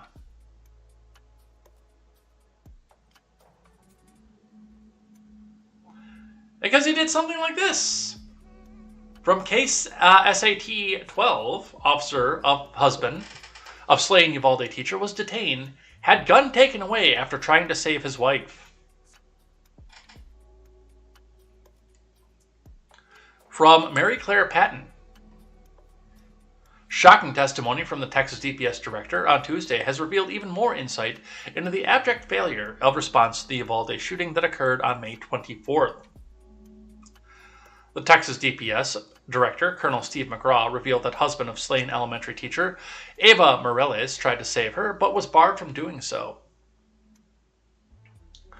Ruben Ruiz is a police officer for the school district and was on the scene after the gunman entered the school and opened fire. McGraw said Morales called Ruiz and told him that she had been shot and was dying. And what happened to him is he tried to move forward into the hallway. McGraw said he was detained and they took his gun away from him and escorted him off the scene. McGraw didn't say who specifically detained Ruiz. If you needed any more thought or evidence that this was an op, when somebody went in and tried to save his wife and was detained and taken off the scene, I have questions. Oh, do I have questions? Oh man, do I have questions about this.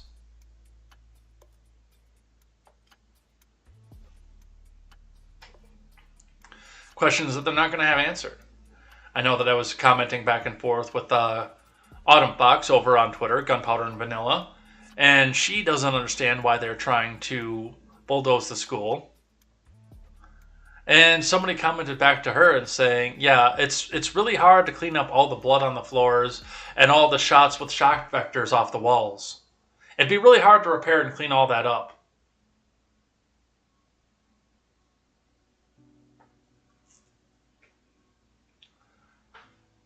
And on top of all this, from the Dissociated Press, senators reach bipartisan compromise on gun violence bill. From Alan Fram. Senate bargainers reached an agreement Tuesday on a bipartisan gun violence bill, potentially teeing up final passage by week's end on an incremental but landmark package that could stand as Congress's response to mass shootings in Texas and New York that shook the nation. They're not going to come back, and they're not going to kick down your door and take all your guns. They're going to do it like this, in increments. Lawmakers released the 80-page bill 9 days after agreeing to a framework for the plan and 29 years after Congress last enacted major firearms curbs. It cleared an initial procedural hurdle by 64-34, with 14 Republicans joining all 48 Democrats and 2 allied independents in voting yes. That strongly supported a prediction by Senate Majority Leader Chuck U. Schumer of approval last week. Passage by the Democrat-led House could quickly follow. I would laugh a little bit if the Uber progs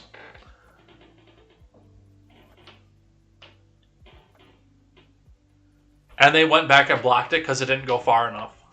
I would laugh right now. Though Republicans blocked tougher restrictions sought by Democrats, the accord marks an election year breakthrough on an issue that pits the GOP's staunch gun-owning rural voters against Democrats' urban-centered backers of firearms curbs. That makes it one of the most incendiary culture war battlefields in politics, and a sensitive vote for some lawmakers, particularly Republicans who might alienate Second Amendment stalwarts. Vote every one of these people out. Get rid of them.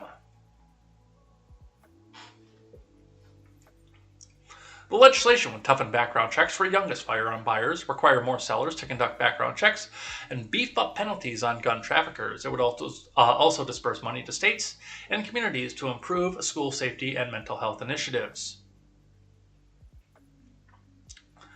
Aides estimated the measure would cost around $15 billion, which we don't have, which Chris Murphy of Connecticut, the lead Democrat bargainer, said would be fully paid for.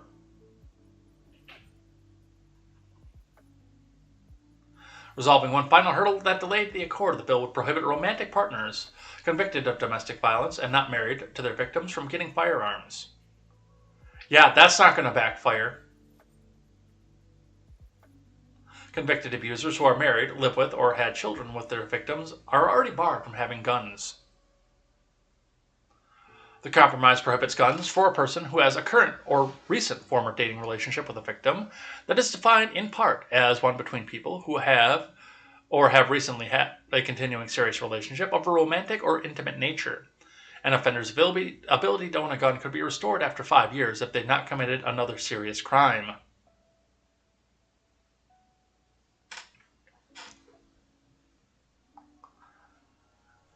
On another late dispute, the bill would provide $750 million to the 19 states and the District of Columbia that have red flag laws, making it easier to temporarily take firearms from people adjudged dangerous, and to other states with violence prevention programs. States with red flag laws that receive the funds would have to have legal processes for the gun owners to fight for the firearms removal, to go through their leftoid courts, of course.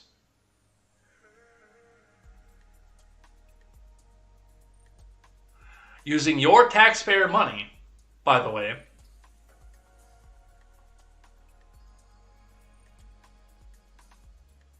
to bribe state governments to violate your Fourth and Fifth Amendment rights.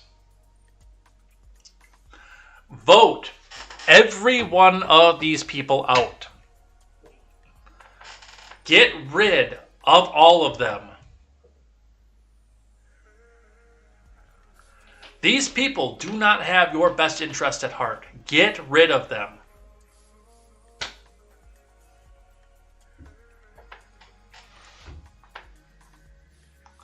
And do you know why I say get rid of them? Why I say that this isn't right? That this is them coming back at you in increments.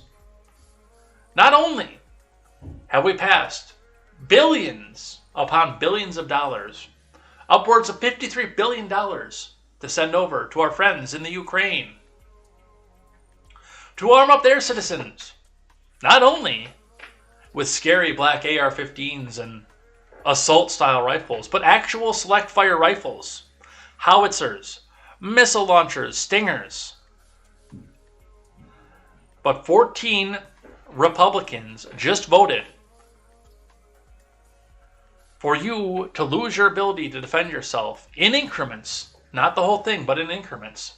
While we still have people out there like this, and I recycled this from yesterday's show, people like this who say everyone getting a pardon after the Civil War was a terrible idea. We should have killed all the slave owners. Letting them be alive and in positions of power afterwards only served to keep white supremacist ideology alive and well. This person here wants you disarmed. Do you know why? Because he wants to kill you if you don't agree with his progressive agenda.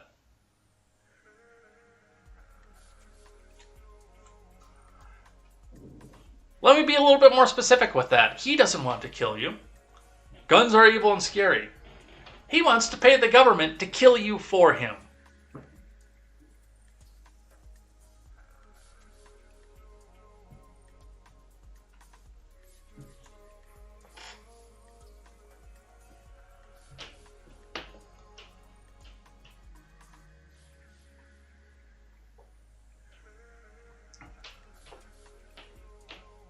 All right, we are up on the clock, so I wanted to go back and touch on a couple more here. Definitely before we get out of here. So let's start skipping around here.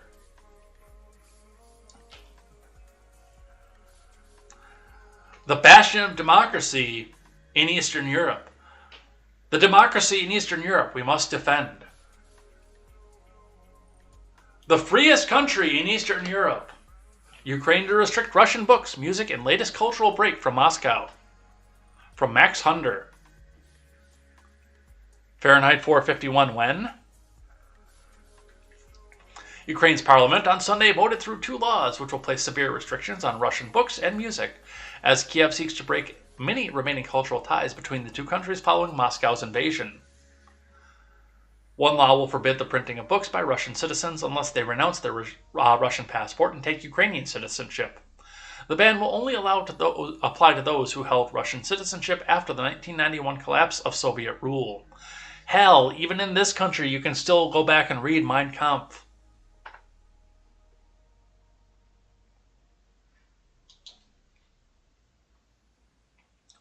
It will also ban the commercial import of books printed in Russia, Belarus, and occupied Ukrainian territory, while also requiring special permission for the import of books in Russian from any other country. Another law will prohibit the playing of music by post-1991 Russian citizens on media and on public transport, while also increasing quotas on Ukrainian language, speech, and music content in TV and radio broadcast. Man, this seems very free, doesn't it?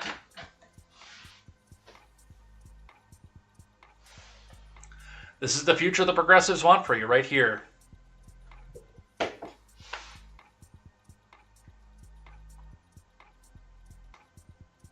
Speaking of Russia, our jurisdiction for the Department of Justice apparently extends to Ukraine now.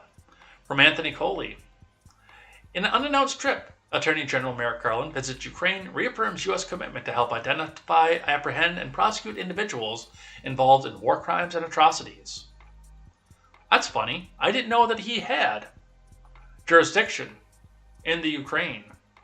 For your support on our judicial front. For us, actually, it's very important to be together, and we all understand that we have huge enemy, and we should do all the best to fight it. So, good afternoon to all of you. I'm here to express the unwavering support of the United States for the people of Ukraine in the midst of the unprovoked and unjust Russian invasion. I'm here to continue our discussions with myself and the Prosecutor General about the actions that the United States is taking to assist the Ukrainian authorities in holding accountable those responsible for the atrocities, for the war crimes that the entire world has seen. The United States is sending an unmistakable message. There is no place to hide.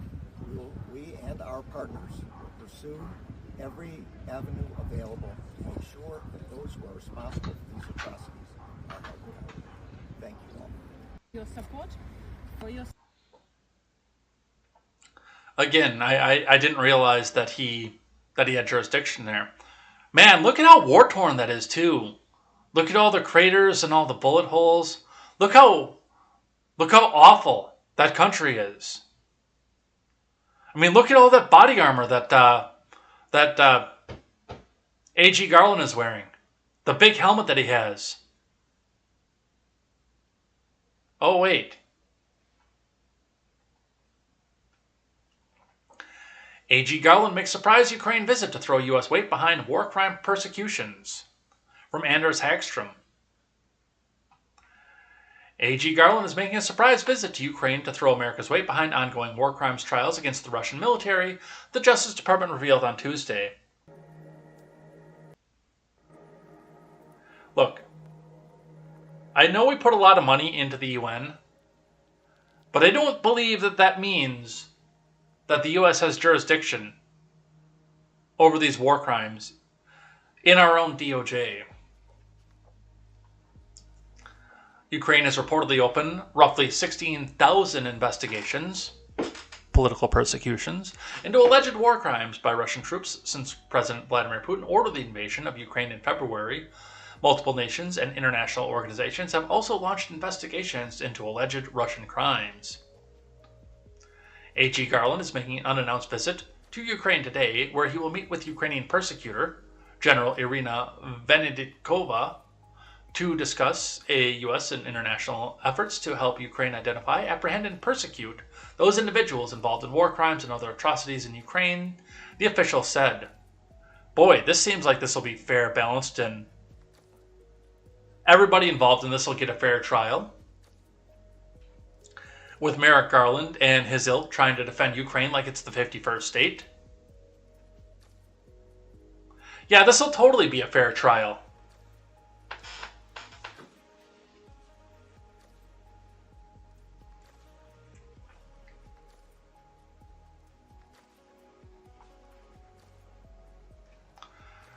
You know who else is over there? Fully armed, armored, and everything else. Mr. Stiller from NBC. Ben Stiller meets with Zelensky in Kiev, tells Ukrainian leader, "You're my hero!"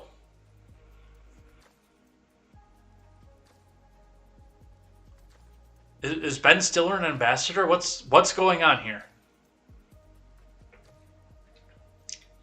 From Chantel da Silva. Zoolander met Zelensky on Monday as actor Ben Stiller visited Kiev to mark World Refugee Day. The comedy star praised the Ukrainian president, himself a former comedian and actor, as a hero during the meeting, telling him, "You're amazing." Stiller visited Zelensky in his role as an ambassador for the United States, the UN Refugee Agency. Oh, so he's with the UN.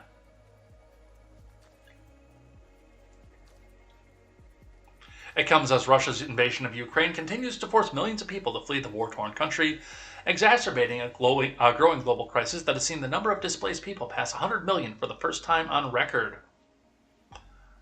In proxy wars that the U.S. largely causes.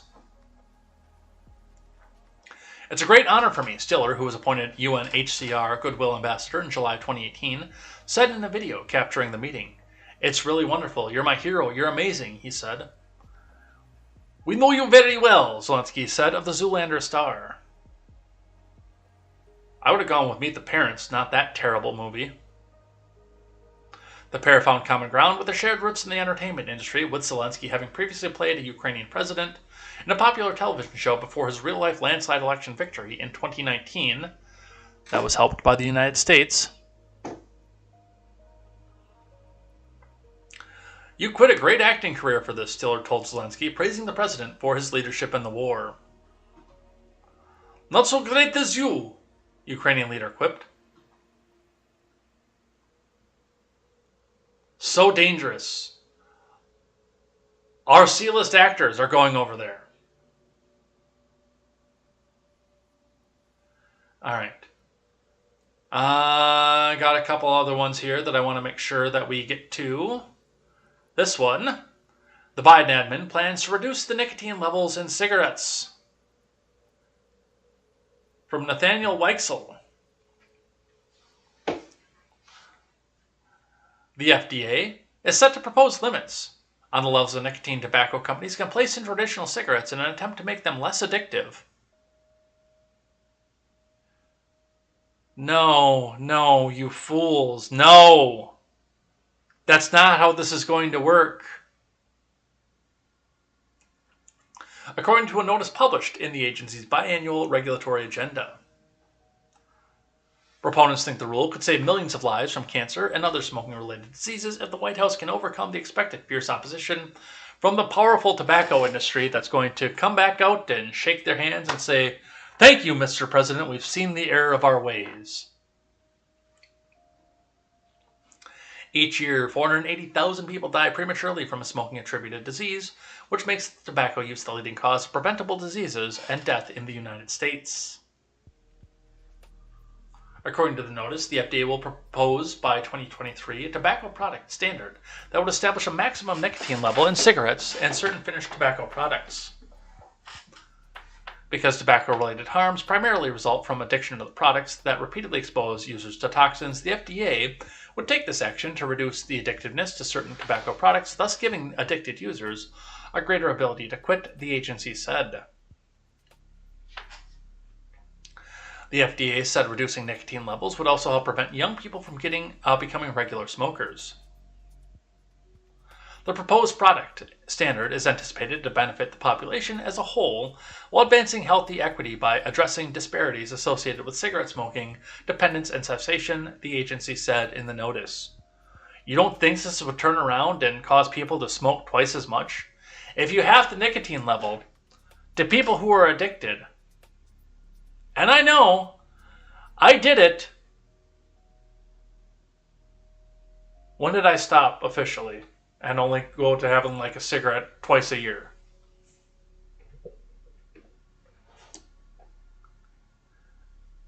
I did it for 20 years. 20 years. And when I smoked the lights or the ultralights, to have the less nicotine, I just smoked twice as often. Like most people would. This isn't a way to go back and try to get people to quit. It's a way to get people to go back and buy twice as many cigarettes. And I wonder how much of a campaign contribution R.J. Reynolds just got to go put in Joe Biden's pocket for making this. You think we can't see through this? You really do? You think we're that stupid?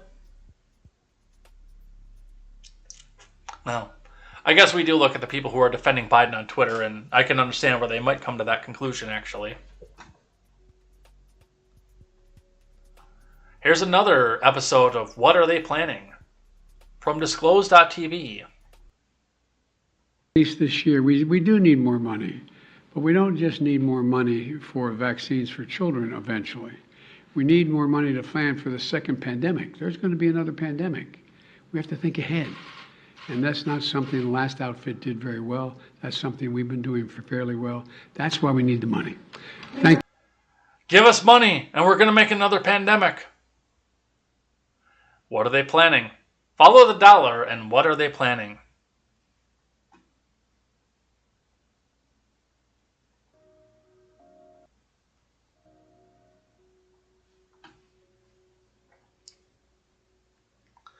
Let's see.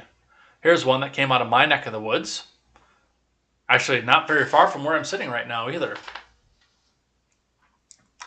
Restaurant vandalized for scheduling an event with a congressional Republican candidate for Wisconsin. Earmuffs. Eat shit, Charity. From Carlos Garcia.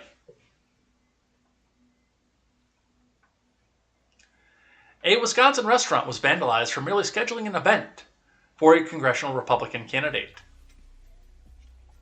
The owners of Vincent's Pizzeria and Restaurant in Monroe issued a statement about the incident on Wednesday on their official page.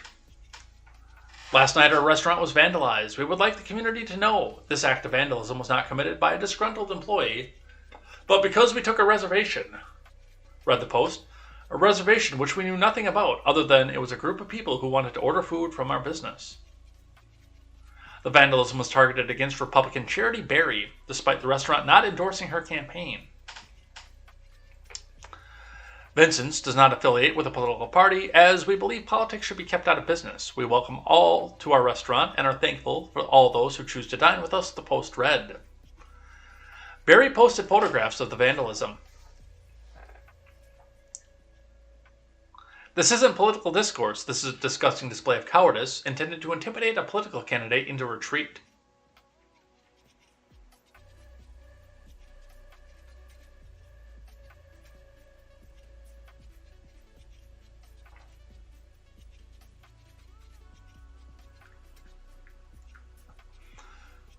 The problem with their plan is, I will not back down, I will not retreat, and I will not be bullied into submission, she added. The vandalism, including many profanities. They also branded the ACAB on a nearby store, an acronym meaning all cops are bastards, that is often used by Black Lives Matter activists. Berry called for a Democrat opponent to condemn the vandalism, and he did. No progressive does our cause any good with actions like this, or the similar attempted Molotov cocktail at an anti-gay organization's office in Madison. Whoever did this should be punished under the law, tweeted Mark McCann.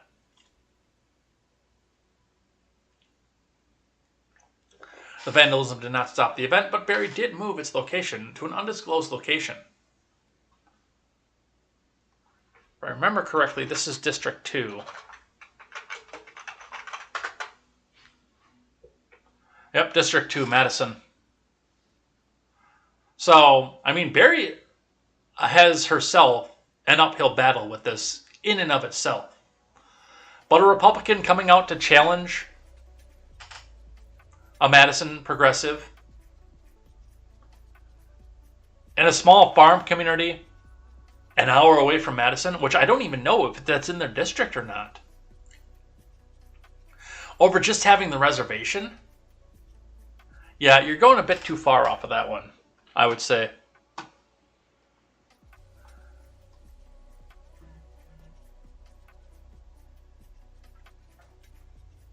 Let's see, what else do we do? I think we are going to do this one out of New York, then we'll do something I'm thankful for and head out of here for the day. So this one, Fabian Levy, tweets out, as we stand in the shadow of the Freedom Tower, we're freeing ourselves from these destructive pieces of machinery that are on our streets. They will be crushed today so they can never terrorize our city again. At New York City Mayor. You still think Eric Adams is your hero? Neocons who wanted to sing his praises that he was getting rid of, I can't think of the dude's name. The German dude, de Blasio. Wilhelm, that's the dude. You still think that Adams is your hero?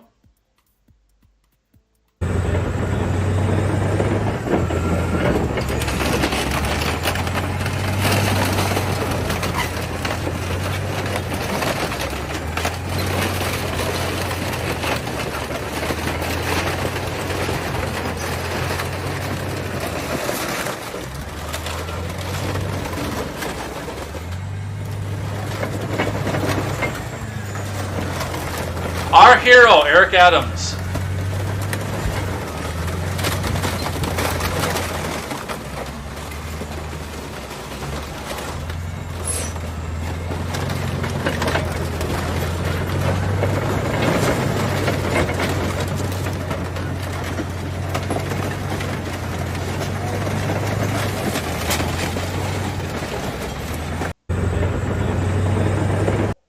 There you go, Eric Adams, our hero. He crushed the dirt bikes.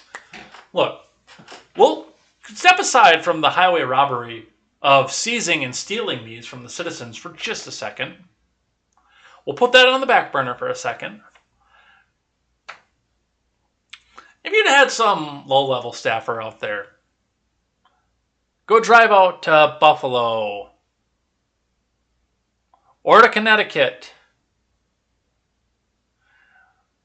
or out to Vermont. They love to ride dirt bikes and quads out in Vermont or New Hampshire.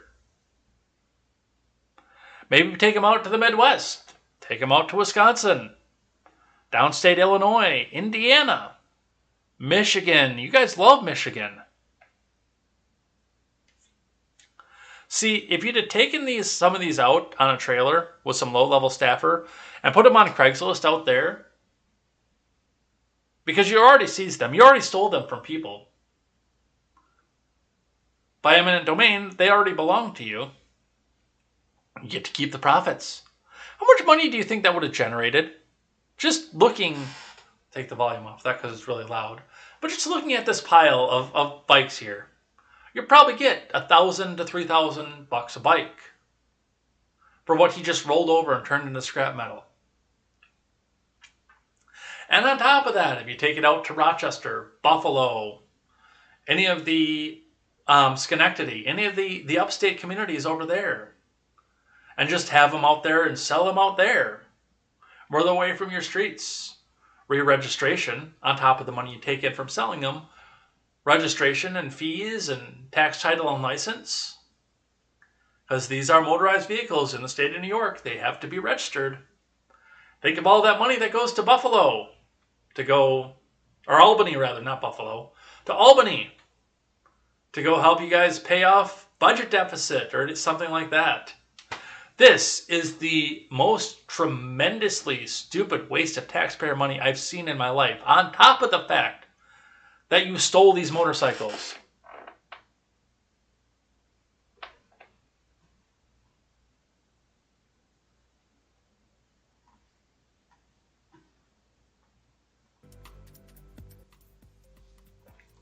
That's the government at work, folks. From SI Live, StatenIslandLive.com, nearly 100 illegal dirt bikes destroyed by NYPD as part of summer crackdown. With the start of summer, the NYPD aims to continue its initiative of getting illegal motorbikes off city streets. In the past 2 years, the department has been vigilant in confiscating these illegal vehicles, stealing these illegal vehicles, as the number of perpetrators has skyrocketed. On Tuesday, 92 ATVs, dirt bikes, and other motorbikes were destroyed in Brooklyn as part of the NYPD's Summer of 2022 Motorbikes Plan. And that's it.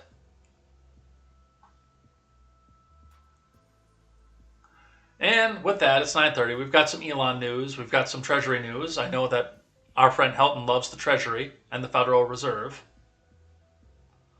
Some libs of TikTok. But we're going to have to come back to that tomorrow. So we're going to head out of here for today. But before we do, we're going to go find something that I am thankful for. One of the things that I am thankful for, as we looked into the taxation in Illinois, the effort, what we started the show off on, as we look in on things like what we just saw in New York, I'm very glad that I live where I live. Now, I've lived other places, and I could find myself enjoying them, but I do live in America's Dairyland, in Wisconsin, and I do so surrounded on three sides by rural farm community. See, where I live right now would be the ideal place to come back and sell all those ATVs and motorbikes, and again, you don't tell them you're from the government, you just sell them $800, $1,100, $1,500, $3,000, whatever it is, whatever their market value is worth. And you go take that money back to New York and you use it to address your crime-ridden city. But I don't have to deal with stupid crap like this. It's relatively quiet out here, and a lot of the people around me don't like to look for government intervention. It's kind of a trend here. Let's just do it all on our own. I can get up, sit out in the morning, go water my plants, get up and go to work, provide for myself. A lot of people can't do that because there are certain zoning restrictions. If I buy and I want to go tear up the entire lawn and make a massive garden out of it, there aren't a lot of zoning restrictions where I am. I'm thankful that I've taken the time to look back and see what's going to be better for myself, for a future family, if I ever am fortunate to have one, and for my life in general. I'm glad to see it. I'm glad it's happened that way for me. I feel for those of you who do still live in some of the big progressive cities. I hope that you guys will see the light, and I know that some of my friends are starting to see the light. Steven getting out of DC, John looking to get out of the greater Orlando area at some point, and go to these friendlier places, these more rural areas, where they can be somewhat more free, so much as the government allows. And even somewhere out here, if they do decide to come back and make the big confiscation crackdown and whatnot, a lot of that will fall down to local sheriffs and local municipalities. And while down in Janesville and up in Madison, you'll get the grabber police that come out and say, oh no, we have to grab everything because the government told us to. Out here in Redacted, where I live, either the deputy for the elected sheriff, who will probably come out and say, I'm not even going to enforce that, or the guy who's going to come door to door with the Redacted police department uniform on, is probably just going to look the other way.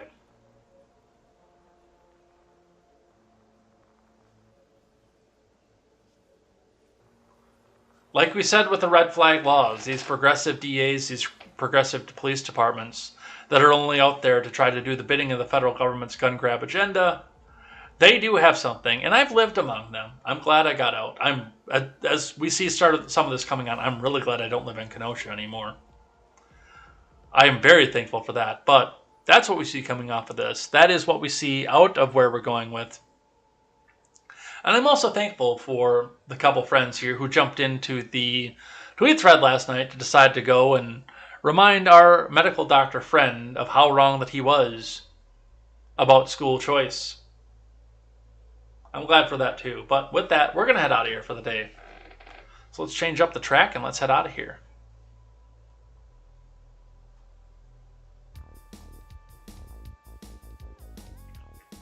So, thanks everybody who came by, chatted in the live chat, came back and hung out with us, came back and showed your support for what we're doing here. We got to 11 today on the watch list, so we're making a nice big jump towards that 20.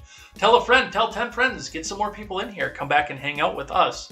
Otherwise, we'll be back here tomorrow with more contemporary, more news, and more headlines. Stick around if you're on Twitch. We're going to go raid somebody, and I've got to get out of here, throw my boots on, and head out to work. So, looking forward to seeing you guys here tomorrow, where we will catch up on probably most of what we had left over here from the end of the show today. And we will see you next time with the news and the headlines for what we see coming. I've even actually got some things that I picked up along the show as well. So we've already got the start for tomorrow's stack. Join the Discord. Throw the articles in the stack if you want to help shape the show, or send me a message, send me a text, or if you've got my number, let me know what it is you want to see as we go, and we will see you next time over here on Contemporary. And until then, I am Jay Edgar, and this is Contemporary. Take care.